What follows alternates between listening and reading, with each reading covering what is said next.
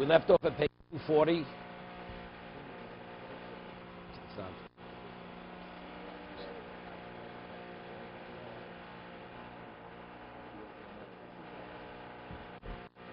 Okay, we can do the Mechaber again in Gimel, page 240. Halach Gimel 240. V'chein shel irani dachas shel ashero shel yisro posul. If you have an idolatry of an irani dachas, that's a community where the majority of the community did idolatry, where everything in the community has to be burnt. Asherah tree is a tree that was worshipped. The tree has to be burnt. Shel Yisrael posul. The avodah zarah belonging to a Jew has to be destroyed. It's posul. We're talking about even on the day that you don't have to actually own it, the second day. It's posul. The Mishna Berura cites the Gemara because we say that since there's a mitzvah to burn it, and since a lulav and every one of the species needs a shear and needs a certain minimum size, so we see it as what? As a heap of ash. Because therefore it's not valid. No, you cut it down, then you burn it. Because it's an idolatrous tree. Because the Torah says it's a tree. No, so we discovered because it's planted. It was planted. Remember we discussed this, yeah, for the purpose of that. Because something which was detached and planted, we don't see it as mechuber. Okay? V'imnotal yotzo miyom rishon ve'elech lo binin lochem.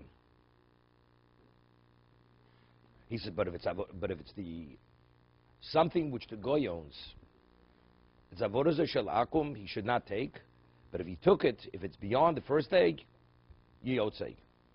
Hagov edavke shel liskaven liskosbo. That's only if the Jew had no intention to acquire it.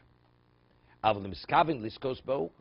But if a Jew acquires the avodah zarah of a goy, havalei shel Yisrael deni yotzei bo.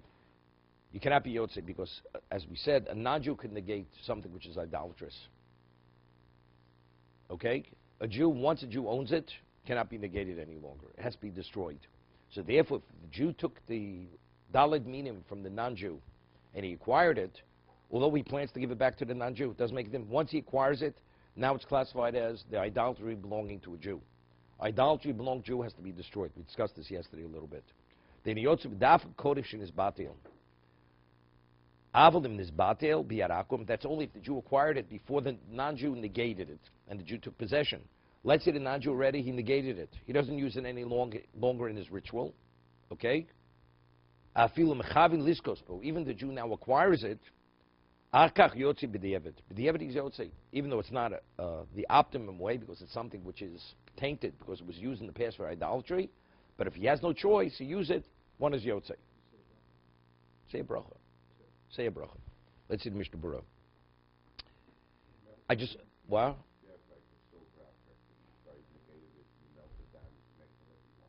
Right, correct. Shel irani dachas. Why is it the daled minim even dachas warrant yotzei? Because it's meant to be burnt.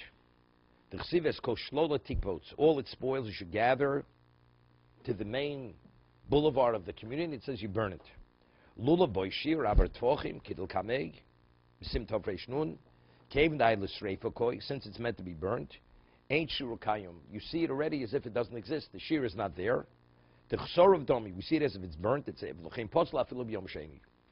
Shel ashero, what is it? Shel ashero, ilon she'ovdenoso v'im netol l'bsof avodo.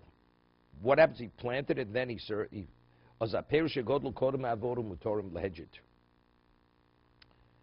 The fruits are permitted for ordinary usage, but it should not be used for gavoa. I mean, let's say a person plants a tree for avodah zarah, but it wasn't worshipped yet. Okay? So the halacha is, and now let's say it's an esrog tree. They're only going to start worshipping it the next year. The first year, they're not going to worship it, and it produces esrogim. You're permitted to eat the esrogim, benefit from them. But to pick the esrogim from that tree for the mitzvah, it should not be. Because it was originally designated. See, the concept of when you consecrate an animal or an object for the Beis Hamikdash, it immediately assumes a holy status. There's no such thing as consecrating something for idolatry. Even though he designated for idolatry, it doesn't change the status. So therefore, it's still permitted. But to use it for a mitzvah, it's not appropriate. It's not appropriate. Something that's designated for avodah zarah, it's not appropriate. Once it's worshipped, then it's a different story. Now it becomes an idolatrous object. This is pre. This is designation, then there's the actual worshipping of the item as idolatry. Why? Something which is detestable. Once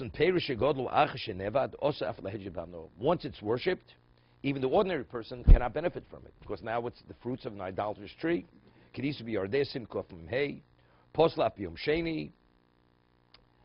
now it has to be burnt. What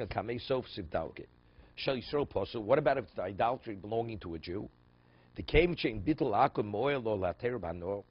Since once the Jew acquires it, the non-Jew can no longer negate it to convert it to an ordinary status. So it's meant to be burnt. It says, what about the avodah zarah of a? What about it was lechatchilo yito? Let's say he did not acquire it. Afilim bitlo ha'akum the shari lehedjit legvo oser demos.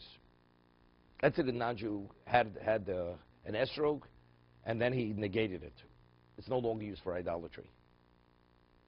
Still, it should not be used for a mitzvah, because since initially it was used for idolatry, it's something which is it's detestable.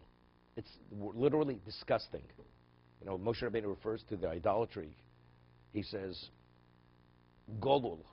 You saw Gululeim Shukutseim, right? Rashi, bring Moshe Rabbeinu said, you saw their idol, which is Shukutseim, Gululeim. It's most Kegolul. It's as disgusting as dung. And it's as detestable as Shukutseim Eshkotzim, like rodents, putrid rodents.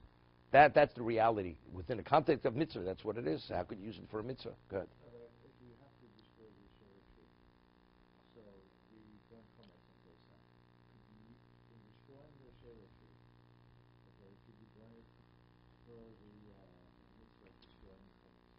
Alan was brought up with a mindset. His parents taught him, don't be wasteful. If you're able to maximize on anything, don't be wasteful. It's well tashkis. I would say. Okay. Okay.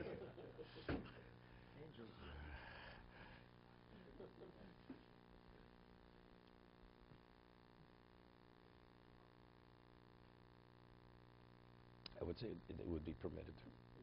Yeah, you're doing a mitzvah. No, you're doing a mitzvah. But you're using it, so it's a 2-for-1. 2 for the price.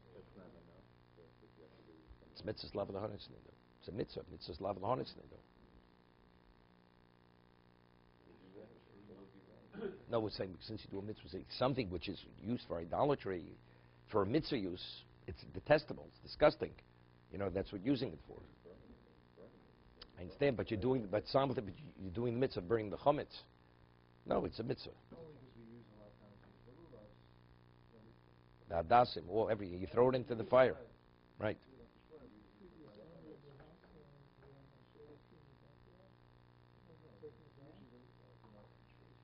Vimnot al yotza. What happens after the non-Jew? Okay. The ein tzorch lasav lito. I feel no bitlo nakul. He took the avodah zarah goy, and he did not yet negate it. Hari asur adayim achilu b'hanoah. You're not permitted to eat it. You're not permitted to benefit. Mikol mokom came. This is Shittas Rabbeinu Tam. I mentioned there's an argument. Came shemolo bitl hatiro b'hanoah. Since if the non-Jew would negate it at this moment, it would revert to a permitted status. Eino medes l'sreifo shefshi v'atleno akum. Mashenotu lotzis bo eino chashuv hanoah. And that he's benefiting, mitzvah benefit is not benefiting. Why? The mitzvah is lav l'honetznido. Because mitzvah benefit is not hano. Lobino lochem. He doesn't, it was even pre-bittul. No. That's if he acquired it. If the Jew acquired it from the goy. Once the Jew acquires it, it becomes the asset of the Jew, then it has to be burnt. Because that's avodah zarah shel Yisrael. Avodah zarah shel Yisrael has to be burnt, has to be destroyed. But if the avodah zarah of the non-Jew, since it can be negated, that's why it doesn't have to be burnt. Okay? But first, we have to monetarily you have to own it. I know Yotzebo, I feel b'di'evet. Why? Kol zman shel bitla akum dasur bano. Because since you're not permitted to benefit, lo mikri lochem. Ein lekam sim tovkuf peivov. Rotzaloma desham hevi ramo deish machmirin. Afilu shel akum. I told you it's machlok Rabbeinu Tam and Ri. Shlotza afil b'di'evet kodem shitz battle. That before it's negated, you cannot be Yotzei. Ulin indino ein leo sim tovkuf peivov. Sivkoten yudches. Mishna Berura. That we say, if you have no choice, you take it. Yotzei. Okay, further.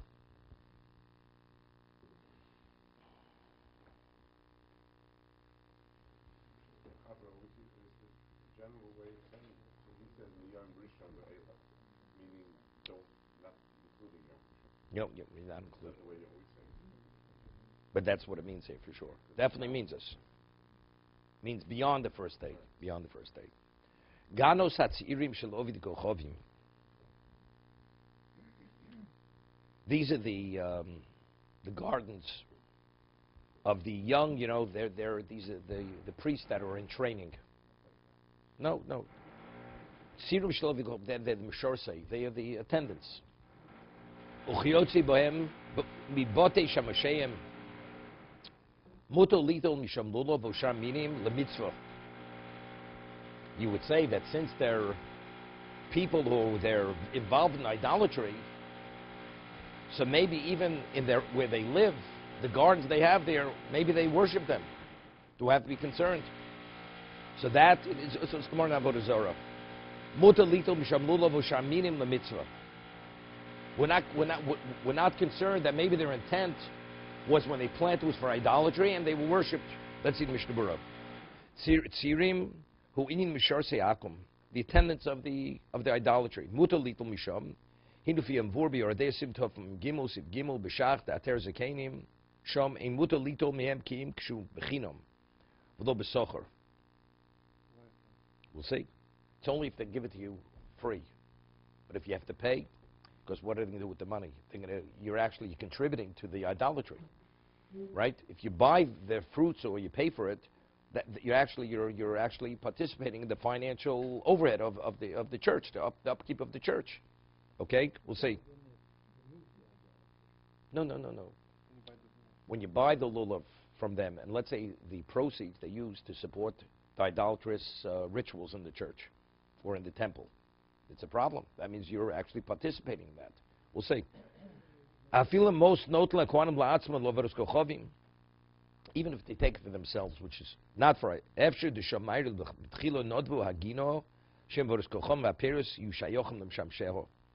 says maybe over there the reason why you're not permitted to pay for it is because initially it was designated for the idolatry, not to be worshipped, meaning the proceeds should be used for the idolatry. You're not permitted to support the priests, right? Even though the priests themselves, they're using it for their own personal needs, but still, because they're the ones who are associated with idolatry, right? You're facilitating that the idolatry is able to be served by these people. You should not support that group. It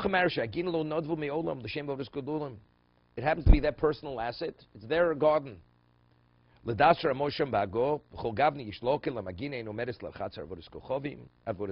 as it has no relevance to the temple, most magir rak kohanim, and the priests, they use it for their own needs. The Ramah holds it's permitted. It's permitted as long as it's not used for the rituals of the idolatry. You're permitted. I remember many years ago. I don't know today they have it, but on the Lower East Side, they used to have a street fair. And the street fair was by the church. The church had the street fair. And they would have all kinds of games. You buy it, and whether it's throwing a ball or whatever it was, and you would win prizes. I remember they used to glassware, different types of glassware. And they would close the street. There's one like they have in Little Italy today. They have, I don't know if they still have the fairs, but these time 50s. And Jewish people went, and they went, and they would go. But what would they do with the money? It went to the church. There was directly. It was to raise money for the church itself. I mean, la alocha, it's not permitted because the proceeds is to support the church. That's what it is. But you're getting glassware. If you win the prize, you get glassware. It does make a difference. Or let's say people go and they play bingo in a church. I'm not sure. Is it just the church? Is it just allowing you to what? Social use there, or maybe the proceeds. You pay for it, and the money of the playing bingo goes to the church. That'd be the problem. It's a problem. If that would be the case, you're not permitted, because you're participating in the support of the church. The Jew is not permitted to do this. What about a Catholic hospital? Catholic has nothing. That's not a avodah zarah. No, they're always at a deficit. Hospitals are always at a deficit. It's never at a profit. You don't have to be concerned.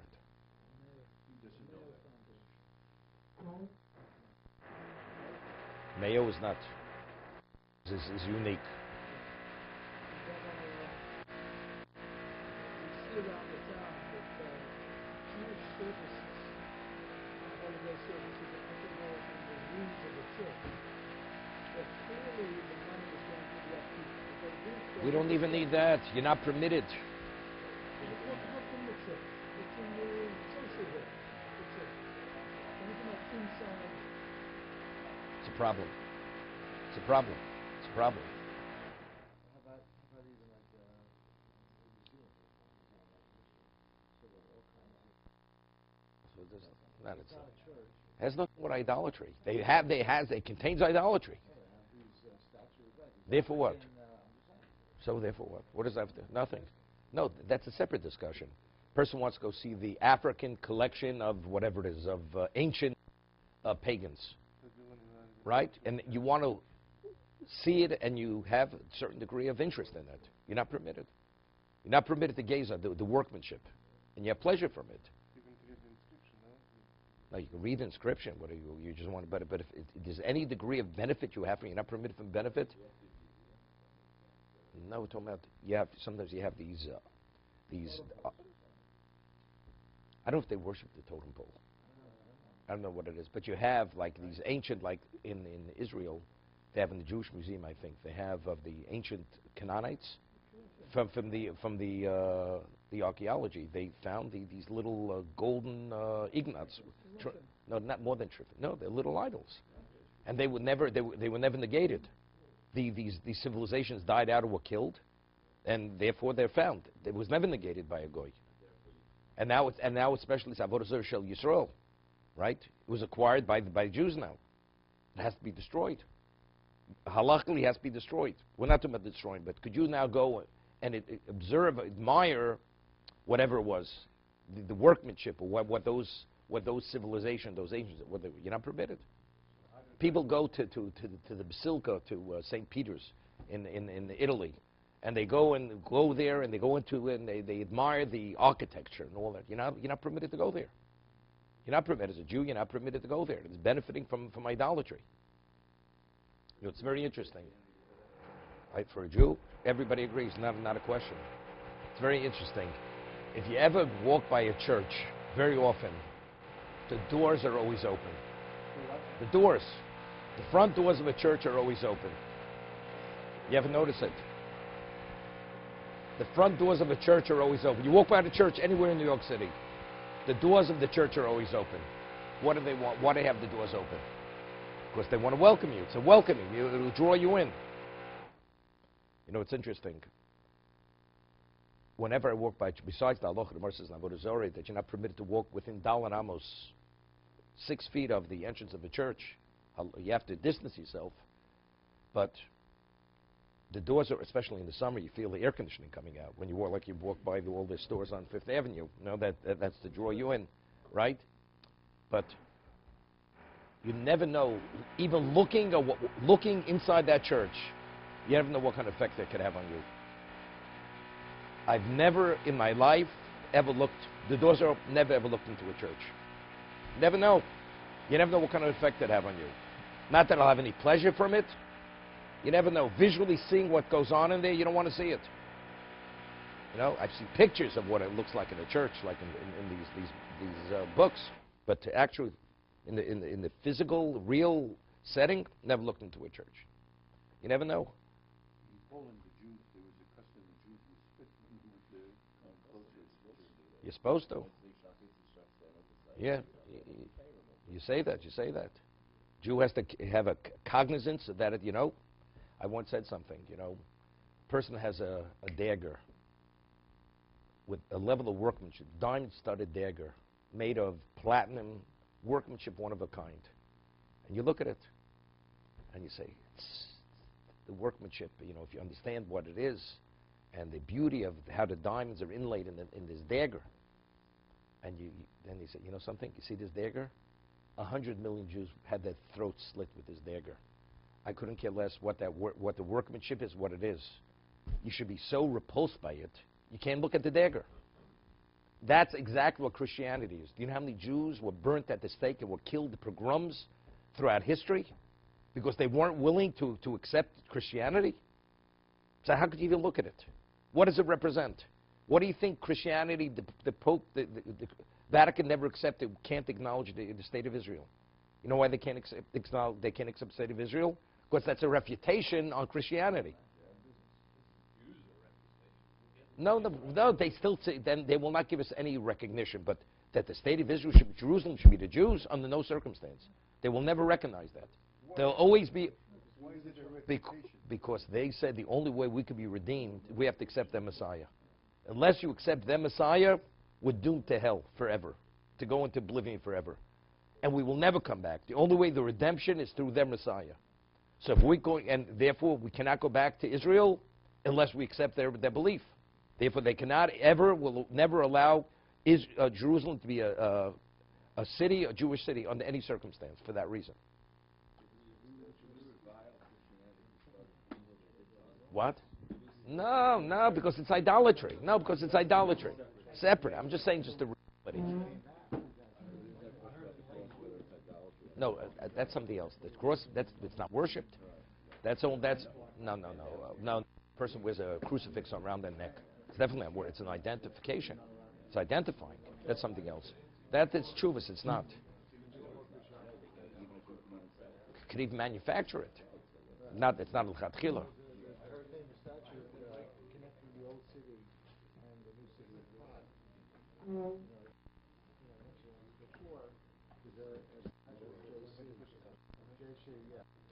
Statue, and you go by and spit on it and curse it. So now they go, years ago, they put on the statue. Yud Kei Vav Kei. All that across the something. The Jews would spit on it. On the bridge. Yeah.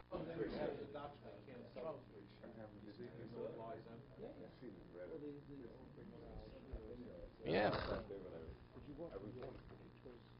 Okay. Roll the Shara Yichud, the gate unity. No, Mishna Berura. No, we didn't Mishna Berura. Do we need? Yeah, we